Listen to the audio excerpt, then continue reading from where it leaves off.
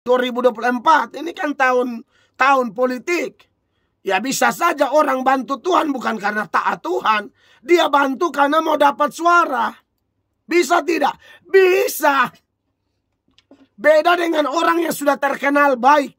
Ya, ini orang mau calon tidak calon kita susah dia ada.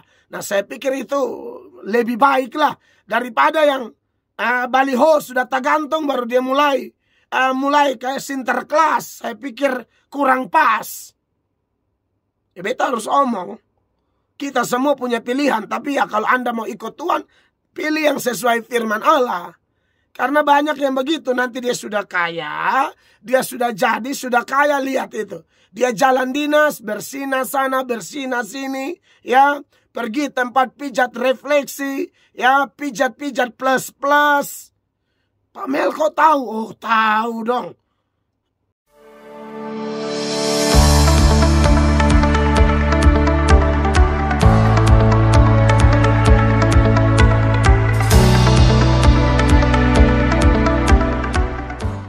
Puji Tuhan, saudara-saudara yang diberkati oleh Tuhan Yesus. Pembacaan firman Allah kali ini masih terambil dari surat 1 Petrus. Pasal 2 masih ayat 4 dan 5. Minggu lalu saya sudah menyampaikan tapi belum tuntas. Maka hari ini perlu saya tuntaskan bagi Bapak Ibu, saudara-saudara sekalian. Demikian bunyi firman Allah. Dan datanglah kepadanya batu yang hidup itu, yang memang dibuang oleh manusia, tetapi yang dipilih dan dihormat di hadirat Allah. Dan biarlah kamu juga dipergunakan sebagai batu hidup untuk pembangunan suatu rumah rohani, bagi suatu imamat kudus, untuk mempersembahkan persembahan rohani, yang karena Yesus Kristus berkenan kepada Allah. Bapak Ibu, saudara-saudara yang diberkati oleh Tuhan Yesus Kristus, puji Tuhan bahwa hari ini kita mendengar lanjutan pembahasan firman Tuhan minggu lalu. Bahwa firman Tuhan minggu lalu yang masih seputaran 1 Petrus 2 ya, ayat 4 dan 5, kita diingatkan di ayat 4, ada satu firman yang begitu jelas, dikatakan datanglah kepadanya. Datanglah kepadanya ini sifatnya adalah terus menerus, yaitu bahwa orang Kristen tidak bisa hanya satu kali datang kepada Tuhan Yesus. Kita punya prinsip, setiap helaan nafas kita, selama masih diberi kesempatan, kita harus terus mau datang kepada Tuhan Yesus, ya. Lagu Kidung Jemaat bilang, ya Tuhan tiap jam ku memerlukanmu. Ya, kita datang kepada Tuhan dalam setiap kesempatan hidup kita. Dan kalau kita sudah datang kepada Tuhan, saudara-saudara, menarik yang mau saya soroti hari ini, bahwa Tuhan disebut dengan istilah batu yang hidup. Ya.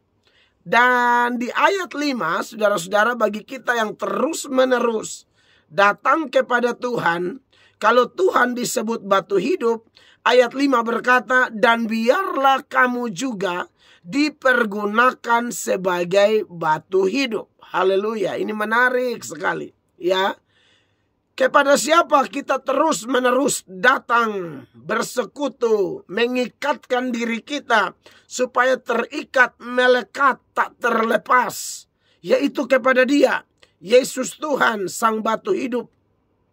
Dan menarik, kalau saya dan saudara sudah datang kepada Tuhan Yesus, kita pun disebut batu hidup. Haleluya. Tuhan Yesus adalah batu hidup yang tidak dihargai waktu Dia datang, ya. Firman Allah berkata, Dia datang kepada milik kepunyaannya, tetapi milik kepunyaannya menolak Dia, yaitu Israel pada waktu itu.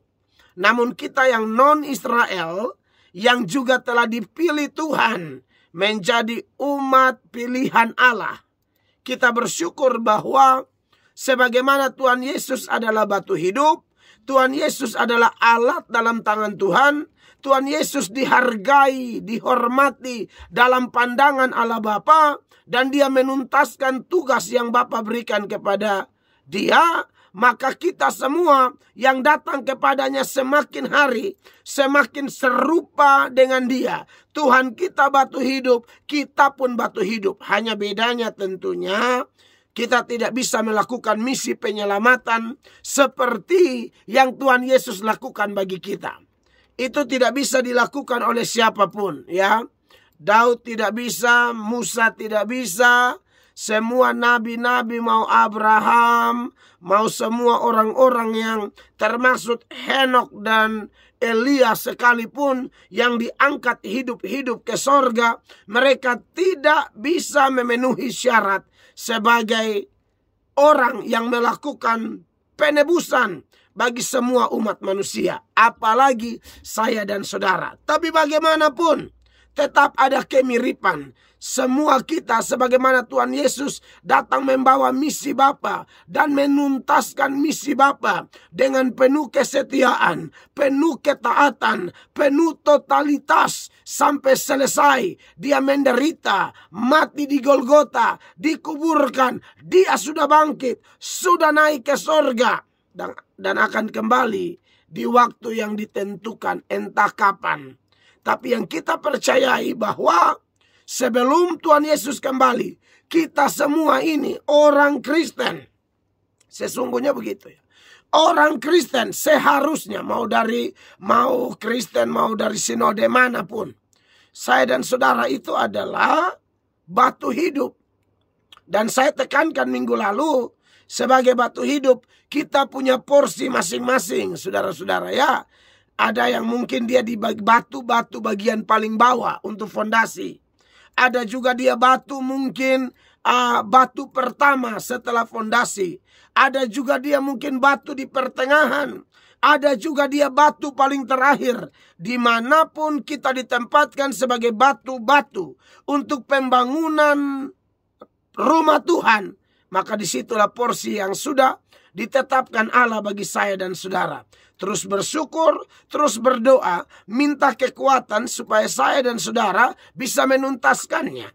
Dan kita diingatkan di sana bahwa kita bukan hanya batu hidup, tapi batu hidup yang digunakan untuk pembangunan suatu rumah rohani bagi suatu imamat kudus. Haleluya. Jadi imamat kudus ini pentingnya. Kalau kita tahu, kalau dalam prinsip keimaman di dalam Yahudi, kekudusan itu harga mati. Dan setelah Yesus mati di Golgota, kekasih Tuhan, memang prinsip-prinsip Yudaisme itu sudah dibatalkan. Jadi tidak ada lagi istilah imam di dalam bangsa Yahudi. Kenapa? Ditandai dengan apa? Pada waktu Yesus mati itu, tabir Allah terbelah bagi dua dari atas sampai ke bawah. Ya, itu menuturkan bahwa segala ketentuan-ketentuan Taurat seperti ceremonial law atau hukum tata cara yang di dalamnya ada prinsip-prinsip keimaman itu, di mana umat tidak bisa ketemu Tuhan secara langsung, harus melalui imam. Ya, dosa dari kita atau umat waktu itu maksudnya itu akan dibawa oleh imam. Kalau di ruang kudus ada imam biasa, di ruang maha kudus ada imam besar seperti Harun dan kemudian keturunannya atau anak-anaknya. Tetapi saudara-saudara, itu sudah tidak ada lagi. Maka sebenarnya siapakah imamat yang kudus itu?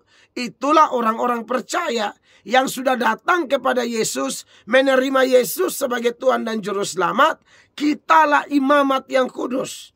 Artinya untuk datang kepada Bapa, kita tidak butuh lagi perentaraan seorang imam di dunia ini. Tapi kita hanya membutuhkan satu pribadi yang sudah melakukan atau membuka jalan bagi kita, supaya kita sebebas-bebasnya kapan saja, Di mana saja, dalam keadaan apa saja, saya dan saudara bebas menaikkan doa-doa kita, pujian kita, penyembahan kita. Ya. Jadi kalau ada istilah bilang, oh yang imam dalam keluarga itu suami, itu istilah tidak tepat. Semua orang percaya itu imam. Imamat yang rajani, imamat yang kudus. Bukan hanya suami. Ya, ini istilah cukup populer, tapi itu kurang tepat loh ya. Saya tidak bilang sesat, tapi kurang tepat karena kita pikir imam dalam artian pemimpin. Padahal imam, kalau kita lihat fungsi imam itu untuk menghubungkan umat dengan Allah. Nah, sekarang kita tidak butuh itu lagi karena untuk komunikasi dengan Tuhan Allah tidak butuh pengantara. Pengantaranya jelas cuma satu untuk selama-lamanya dan tidak bisa berdosa, tidak bisa mati, dia hidup selama-lamanya, yaitu Tuhan Yesus. Makanya kalau dalam satu rumah tangga istri sudah bertobat tapi suami tidak bertobat, ya tidak ada masalah. Imamnya ya sebenarnya ibu itu juga imam. Karena ibu itu yang mungkin dipakai Tuhan mendorong suaminya, anak-anaknya untuk menerima Tuhan Yesus. Ya. Maka jangan tunggu, oh kalau suami saya tidak bertobat, bagaimana saya bisa mengenal Tuhan? Dia kan imam dari Hong Kong. Ya, tidak ada itu. Dia akan mau bertobat, puji Tuhan. Dia kalau tidak bertobat memang akan ada kerugian. Kerugian misalnya, ya selama mereka bersama-sama tentu istrinya akan stres.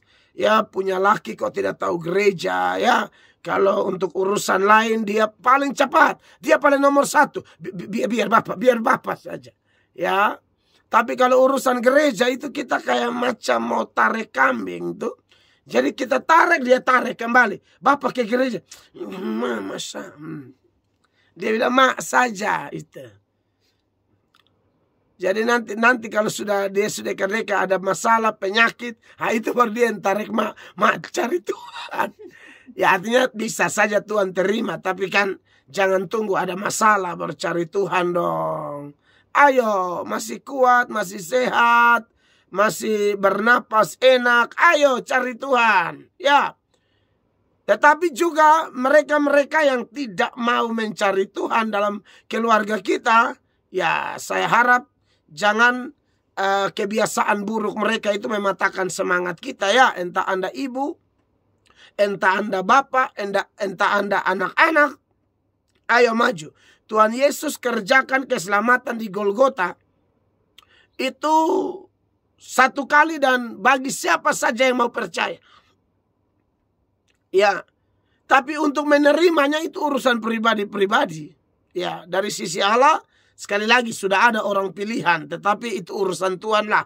Kita punya urusan adalah tantang orang supaya ayo bertobat. Ayo terima Yesus seperti itu. Dan saya harap seruan-seruan seperti ini bisa diterima. Saya tahu mungkin ada yang bosan, ada yang tidak suka. Oh tapi saya tidak akan bosan. Karena memang Tuhan selamatkan saya untuk teriakan ini.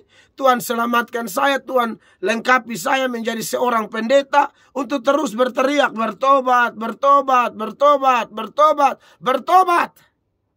Ya. Karena suatu saat pintu ditutup. Sama seperti Bahtera Nuh itu. Nuh itu dikasih tugas kerja Bahtera, saudara-saudara. Itu di usia 500 tahun. Di usia 500 tahun. Lalu Bahteranya selesai. Itu di usia 600 tahun. Berarti ada kurang lebih, saudara-saudara, 100 tahun Nuh mempersiapkan Bahtera. Dan ada hal yang menarik kalau kita bandingkan dengan data firman Allah yang tidak dicatat di dalam kitab Kejadian, tetapi dicatat dalam Perjanjian Baru. Yaitu bahwa Nuh itu, saudara-saudara, dia ternyata memberitakan Injil, memberitakan firman. Ya, di dalam 2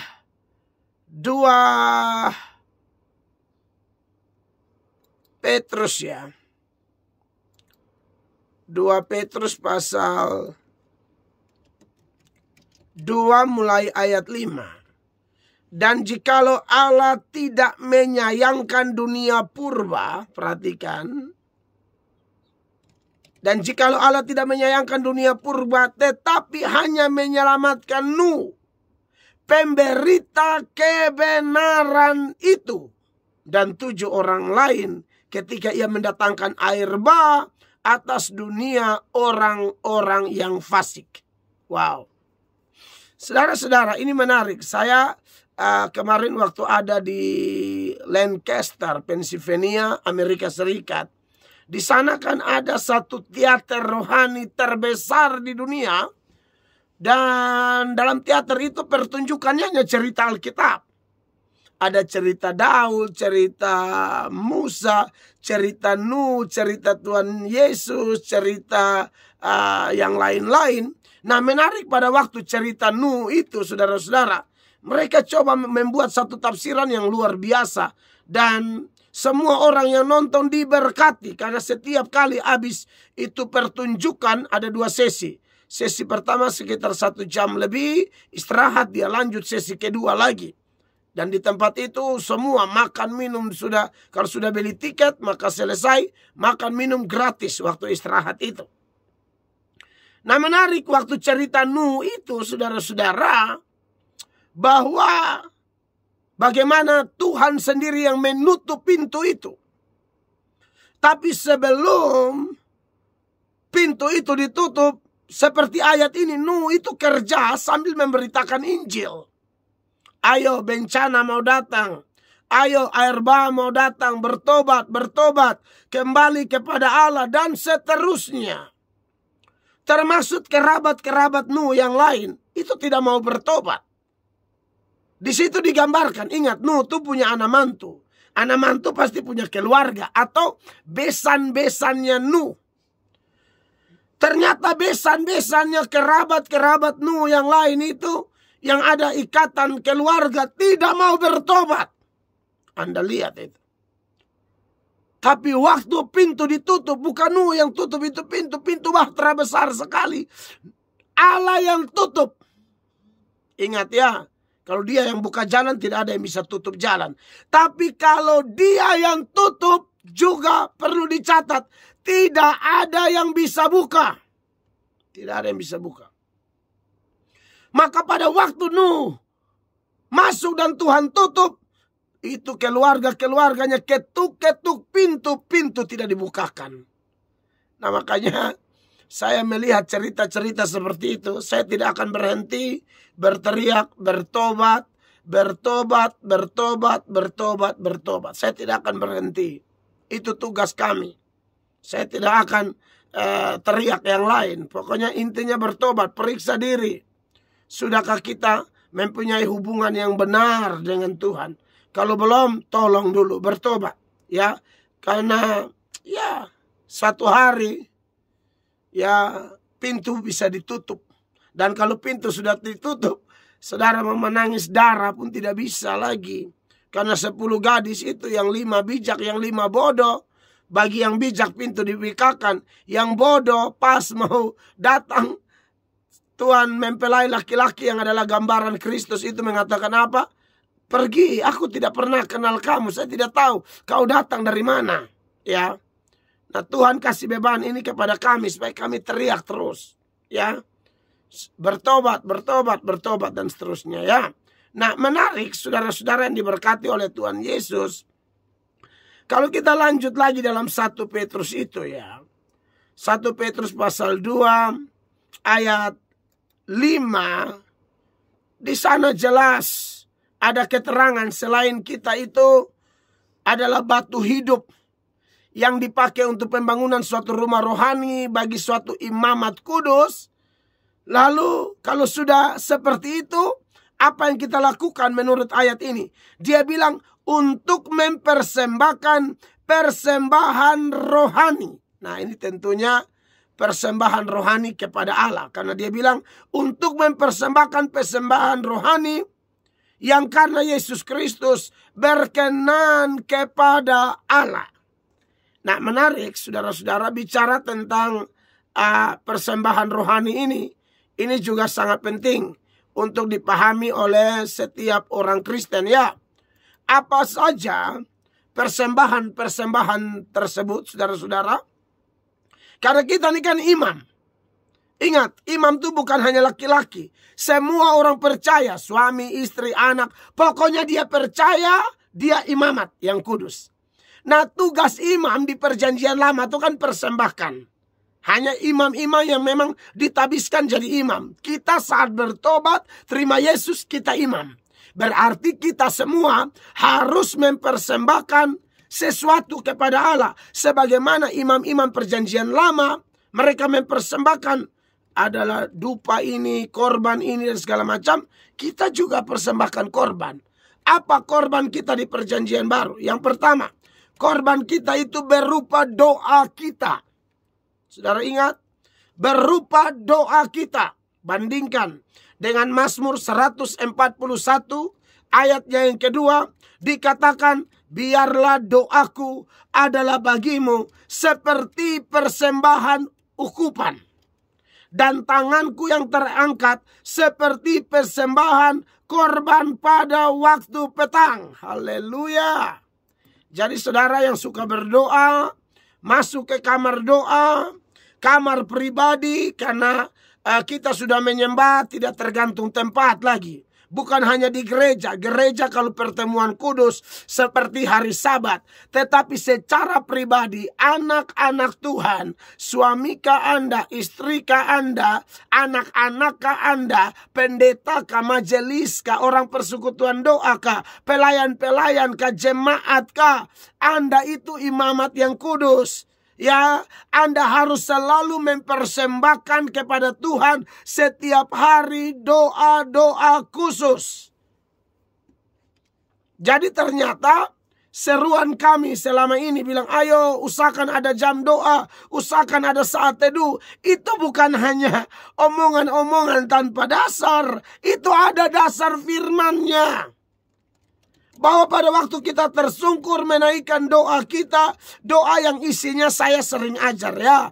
Prinsip doa itu yang pertama, kalau doa demi kepentingan Tuhan dulu. Ya, setelah itu demi juga jangan hanya kepentingan diri, kepentingan orang lain. Jangan hanya kepentingan sinode gereja kita atau gereja kita sendiri atau pendeta kita sendiri, juga untuk orang lain. Tadi malam saya KKR di Gemit Golgota Makrena. Makrena itu wilayah Klasis Amarasi Barat yang membuka acara ketua Klasis, ya, Bapak Wem Nunihitu, Pendeta Wem Nunihitu membuka acara. Pendeta-pendeta Gemit hadir, juga hadir pendeta GBI, juga hadir orang-orang Kristen yang non Gemit, mereka bergabung di sana. Dan Anda tahu kami berdoa untuk apa? Kami berdoa untuk gereja Masehi Injili di Timur, supaya gereja ini bangkit, gereja ini bercahaya, gereja ini seperti bintang-bintang di zaman ini yang bercahaya di angkatan yang jahat ini.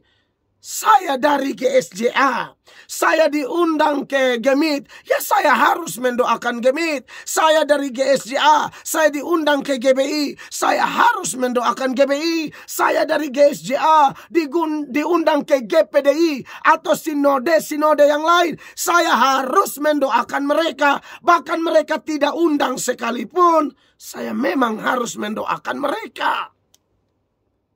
Begitu. Apalagi persekutuan-persekutuan doa yang begini banyak. Kita perlu saling mendoakan.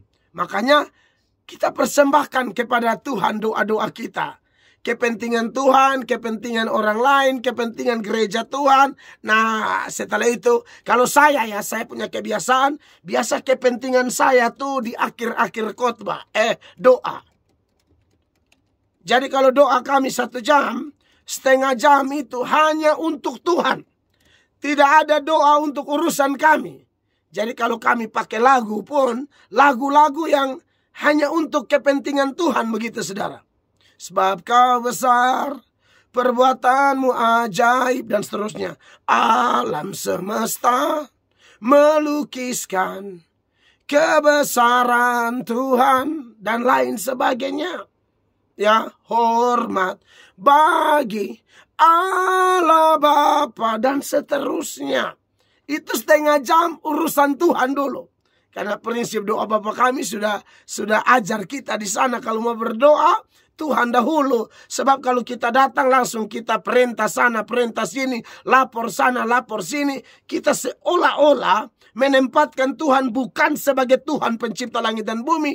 Tapi seperti security, sebagai babu. Tolong berkati aku, tolong lindungi aku. Di mana rasa hormatmu kepada Allah? Ya, belajar tuh dari doa Nehemia. Dalam Nehemia pasal 1 ayat 4 dan 5. Nehemia berdoa mulai apa? Engkau Allah pencipta langit dan bumi. Begitu. Doa Bapa kami juga begitu. Bapa kami di sorga, dikuduskanlah namamu, datanglah kerajaanmu, jadilah kehendakmu. Itu artinya kepentingan Allah. Mu dan mu. Baru kepentingan kita belakangan. Berikanlah kami pada hari ini makanan kami yang secukupnya. Ya, ampunilah kami, kaminya belakangan. Jangan membawa kami ke dalam pencobaan. Kaminya belakangan, mu lebih dahulu, Tuhan dahulu. Ya. Nah, jadi kekasih Allah, bagaimana kehidupan doa dari orang Kristen yang dengarkan khotbah ini? Apakah Anda berdoa hanya doa makan? Atau doa mau tidur? Jangan. 24 jam satu hari, khususkan minimal 1 jam.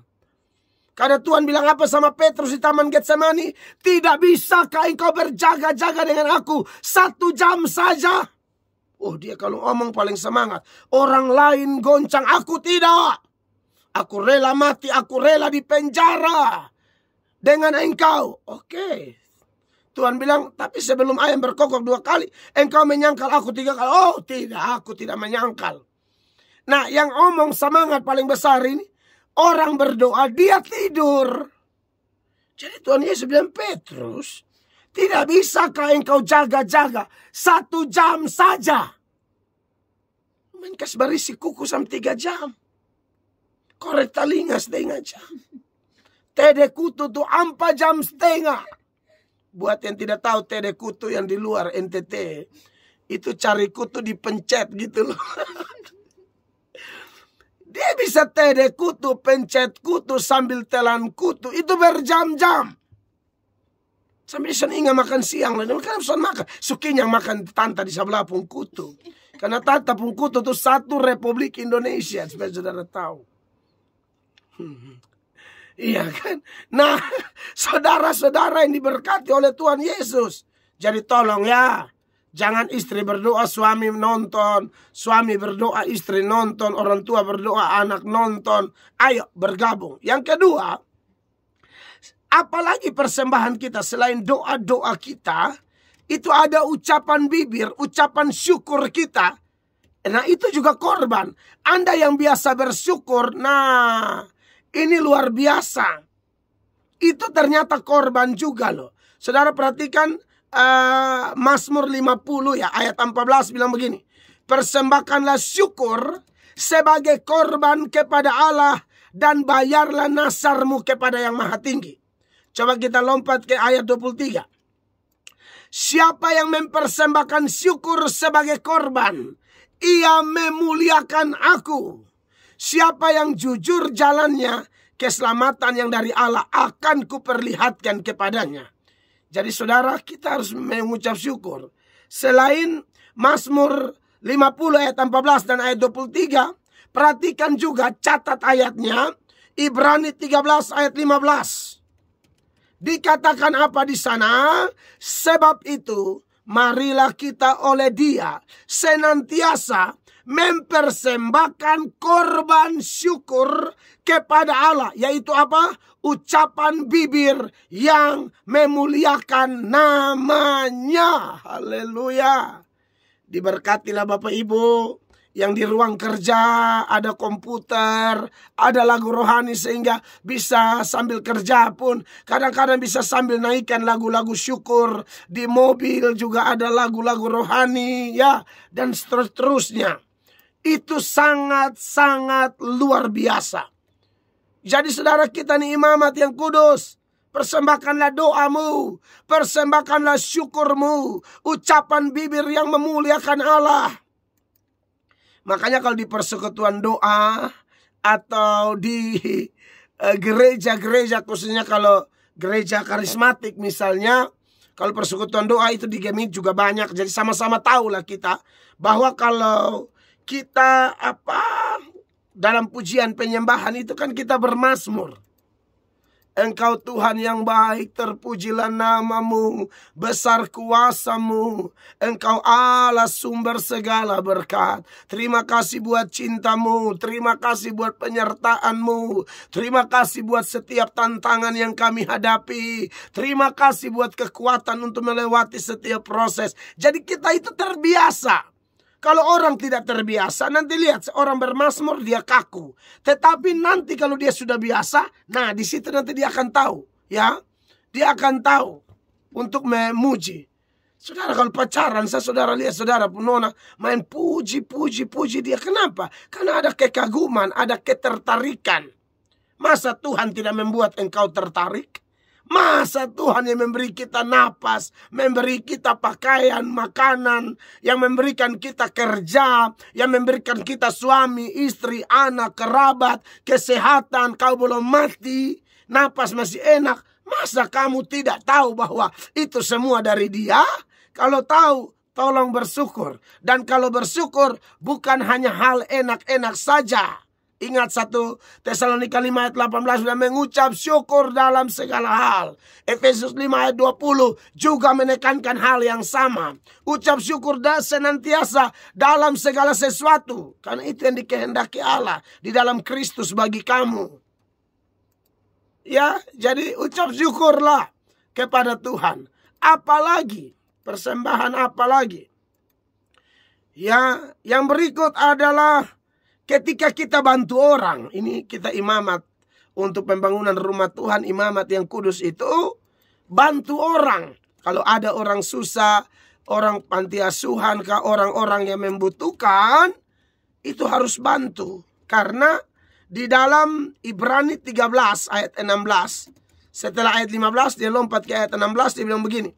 Dan janganlah kamu lupa berbuat baik dan memberi bantuan, sebab korban-korban yang demikian yang berkenan kepada Allah. Jangan hanya berdoa, jangan hanya tahu mengucap syukur, tapi tahu bantu orang. Begitu ya. Kalau lihat ada orang susah, bantu dia. Ya. Yang beda agama boleh tidak? Boleh. Boleh banget, nggak ada masalah. Ya. Kalau ada orang, andai kata kita ketemu saudara-saudara yang beda agama dengan kita, dia mengalami kesulitan, butuh bantuan. Mau dia Islam kah, mau dia Hindu kah, mau dia Buddha kah, mau dia agama apakah, dia susah. Dan Anda tahu persis memang dia susah. Bukan pengemis yang masih kuat-kuat, yang bisa kerja tapi bikin diri kayak susah-susah. Oh, itu orang pemalas. Tapi maksud saya yang betul-betul susah, ya. Anda yang bisa lihat, kita bisa nilai sendiri toh. Nah itu boleh bantu tuh, harus bantu. Tetapi untuk membantu ini ada beberapa catatan ya. Yang pertama, kalau orang lain saja kita bantu, maka apalagi saudara seiman. Ya, saudara seiman itu lebih utama. Di mana ayatnya? Perhatikan Galatia pasal 6 ya. Aduh, ini pengajaran sederhana tapi bagus sekali bagi kita ya. Galatia pasal 6 ayat 10, karena itu selama masih ada kesempatan bagi kamu, marilah kita berbuat baik kepada semua orang, tetapi terutama kepada kawan-kawan kita seiman. Iya kan? Jadi orang beda iman boleh kita bantu? Boleh. Kawan seiman, tapi itu prioritas ya. Jangan kita heboh di luar, tapi sudah lihat sesama orang Kristen ada susah, kita tidak bantu, itu salah ya. Ini kita lihat ada tuntunan firman di Galatia 6 ayat 10 itu. Dan yang berikut, kalau memberi itu harus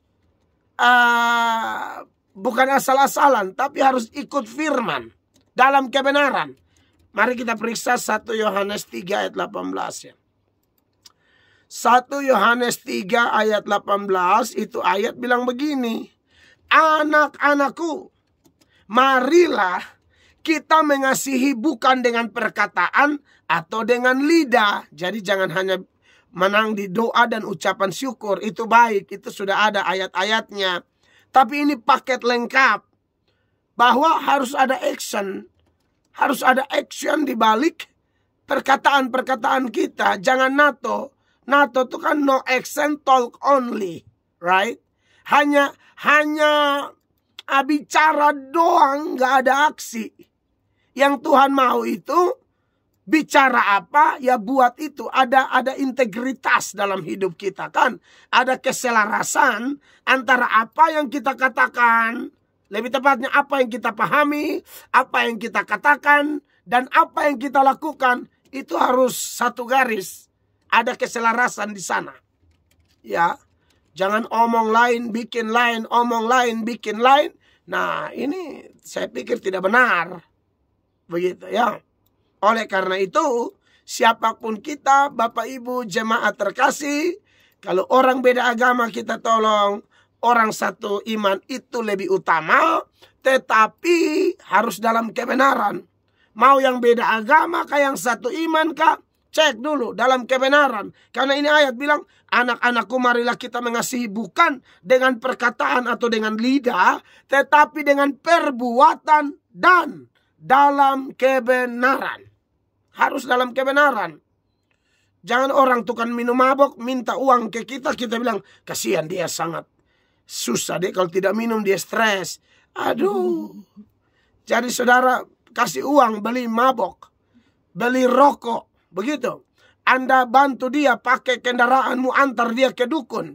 Nah, itu perbuatan tidak dalam kebenaran. Ya.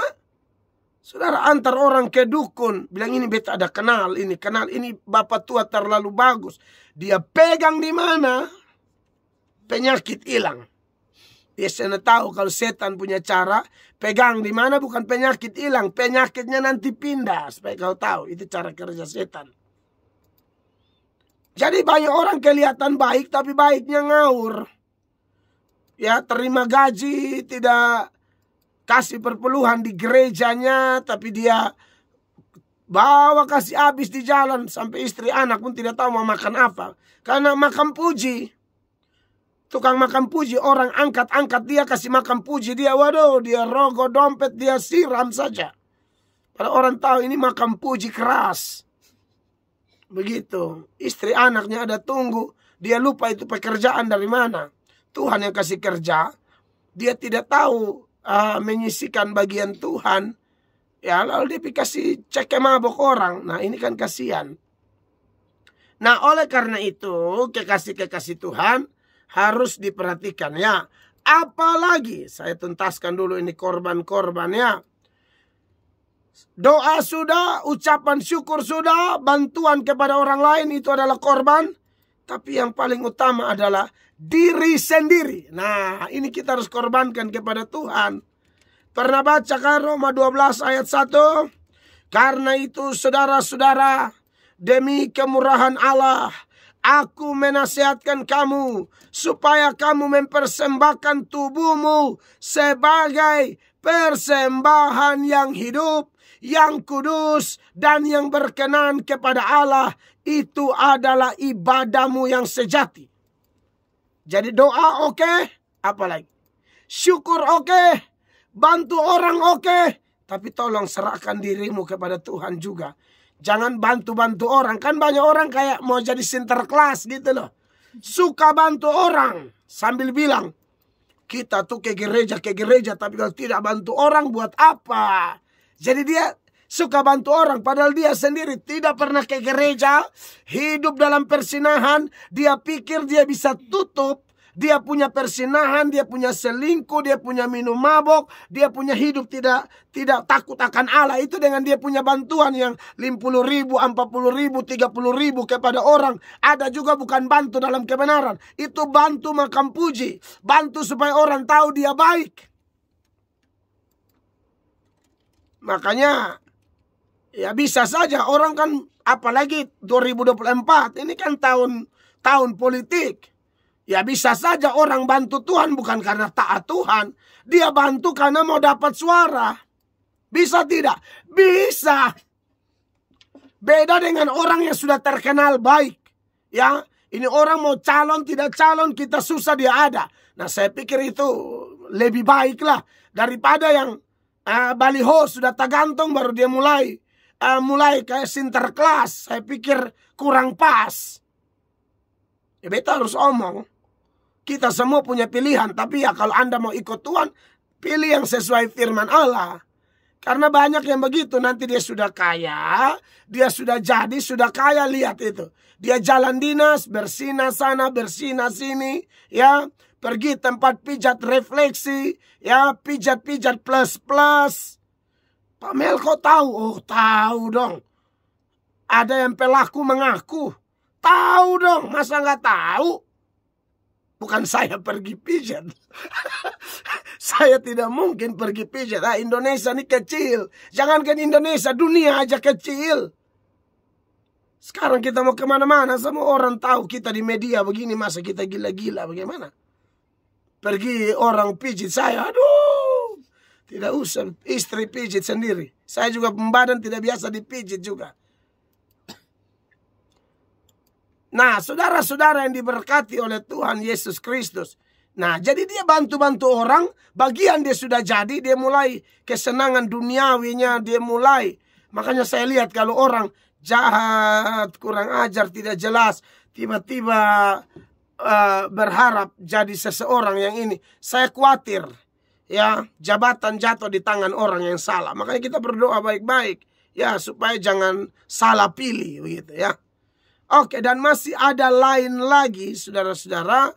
Nanti minggu depan baru saya lanjut ya. Kiranya persembahan-persembahan itu adalah persembahan yang berkenan kepada Tuhan. Minggu depan saya akan jelaskan tambah lagi ya. Tuhan berkati. Terima kasih Bapak Pendeta untuk firman hari ini.